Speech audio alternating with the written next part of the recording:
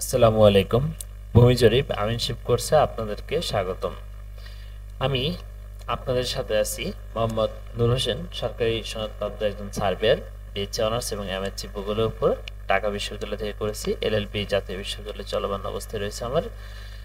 আমরা এই কোর্সটিতে কি শেখাবো সেই কোর্স প্ল্যানটি আমি আপনাদের সাথে শেয়ার করতে যাচ্ছি। কোর্স প্ল্যানে আমাদের প্রথমত যেটি থাকবে, একজন আমিন কাকে বলা হয়, আমিন হওয়া একজন ব্যক্তির কেন প্রয়োজন বা কিভাবে একজন দক্ষ আমিন হওয়া যায়, সেই বিষয়গুলো নিয়ে আমরা আলোচনা করব।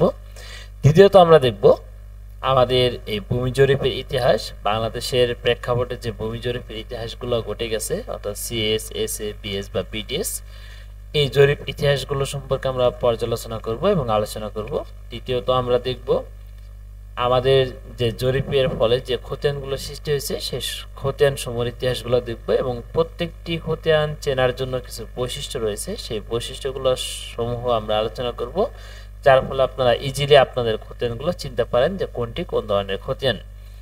পরবর্তী আমরা দেখব স্কেল পরিচিতি। এই খতিয়ান গুলো যখন আমরা জানতে পারবো এবং জরিপ ইতিহাস যখন জানতে পারবো, তখন আমাদের প্রয়োজন পড়ে যাবে একটি মৌজা ম্যাপ, এবং মৌজা ম্যাপের অনুযায়ী যে স্কেলগুলো করা আছে, যে স্কেলে মৌজা ম্যাপগুলো করা আছে, সেই স্কেলগুলো পরিচিতি নিয়ে আমরা আলোচনা করব এবং কিভাবে কোন স্কেলে পরিমাপ করতে হয় সেই বিষয়গুলো আমরা ধাপে ধাপে বলবো।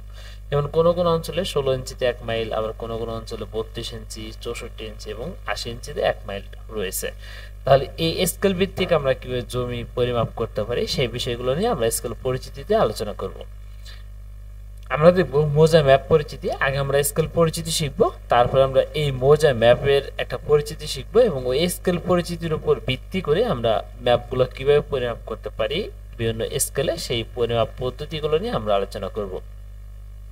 ষষ্ঠ নম্বর ধাপে আমরা দেখব সকল আকৃতির জমির পরিমাপ পদ্ধতি, অর্থাৎ একটা জমি চতুর্ভুজ আকৃতি হতে পারে, ত্রিভুজ আকৃতি হতে পারে, বর্গাকৃতি হতে পারে, বৃত্তাকার, উপবৃত্তাকার, বিভিন্ন ধরনের আকৃতি হতে পারে, পাশ দিয়ে রাস্তা যেতে পারে, আঁকা বাঁকা জমি থাকতে পারে। সমস্ত ধরনের আকৃতির জমি কিভাবে পরিমাপ করা যায় সেই পদ্ধতিগুলো নিয়ে আমরা আলোচনা করব ইনশাআল্লাহ।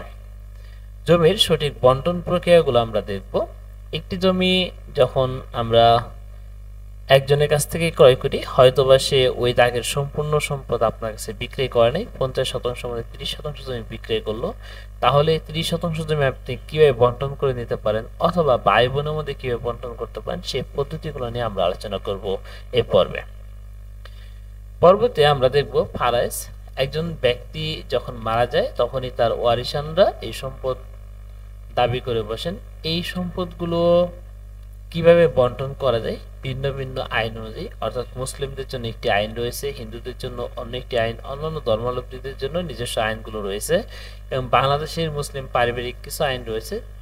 সমস্ত আইন কানুন বিষয়গুলো নিয়ে আমরা এই পর্বে আলোচনা করব। এরপর আমরা দেখব আমরা যখন কোনো একটা দলিল নিয়ে আমরা পর্যালোচনা করি বা দলিল পড়তে চাই বা জানতে চাই দলিলে আসলে কি লেখা আছে, আমরা অনেক সময় বুঝতে পারি না দলিলটি কিভাবে পড়তে হয়, দলিলটি কিভাবে দেখতে হয়, দলিলের মূল মূল পয়েন্টগুলো কি, সেই বিষয়গুলো নিয়ে আমরা কথা বলবো। দলিল চেনার সমস্ত প্রক্রিয়াগুলো নিয়ে আমরা আলোচনা করব এবং একটি দলিলটি ভালো না নকল, অর্থাৎ জাল দলিল নাকি সঠিক দলিল, সেটি কিভাবে শনাক্ত করা যায় সেই বিষয়গুলো নিয়ে আমরা এখানে কথা বলবো। এবং কখন কোন ধরনের দলিল আমাদের করতে হয়, সাবকবলা দলিল করব না হেবা দলিল করব, যখন ক্রয় করব সম্পদ তখন কোন ধরনের দলিল করতে হয়, কোন ধরনের দলিল কোন কোন সময়ে প্রযোজ্য, সেই বিষয়গুলো নিয়ে আমরা এই পর্বে ইনশাআল্লাহ আলোচনা করব।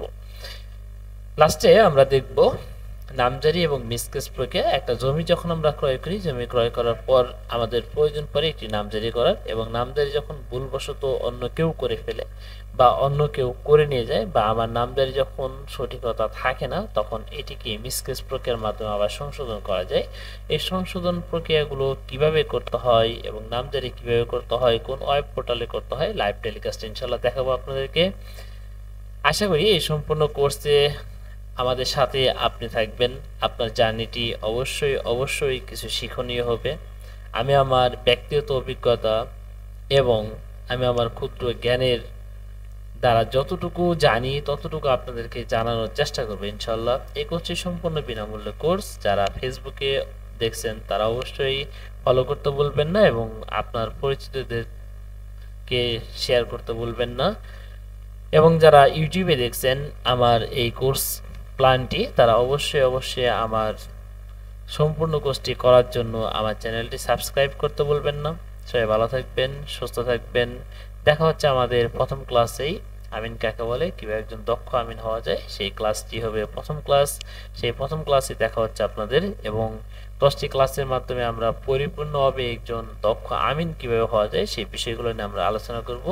আরেকটি বিষয় ঘোষণা দিয়ে রাখি, এই কোর্সটি হলো একটি বেসিক কোর্স। এই কোর্সটি সম্পূর্ণ করার পর আমরা ডিজিটাল কোর্সের দিকে পদার্পণ করব, কারণ বর্তমান সময়ে ডিজিটাল যুগ।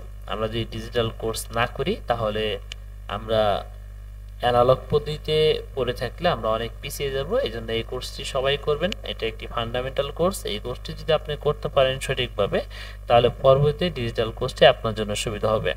সবার জন্য আবারও অনেক অনেক শুভকামনা জানিয়ে আমি আজকের মতো এখানেই শেষ করছি। আল্লাহ হাফেজ।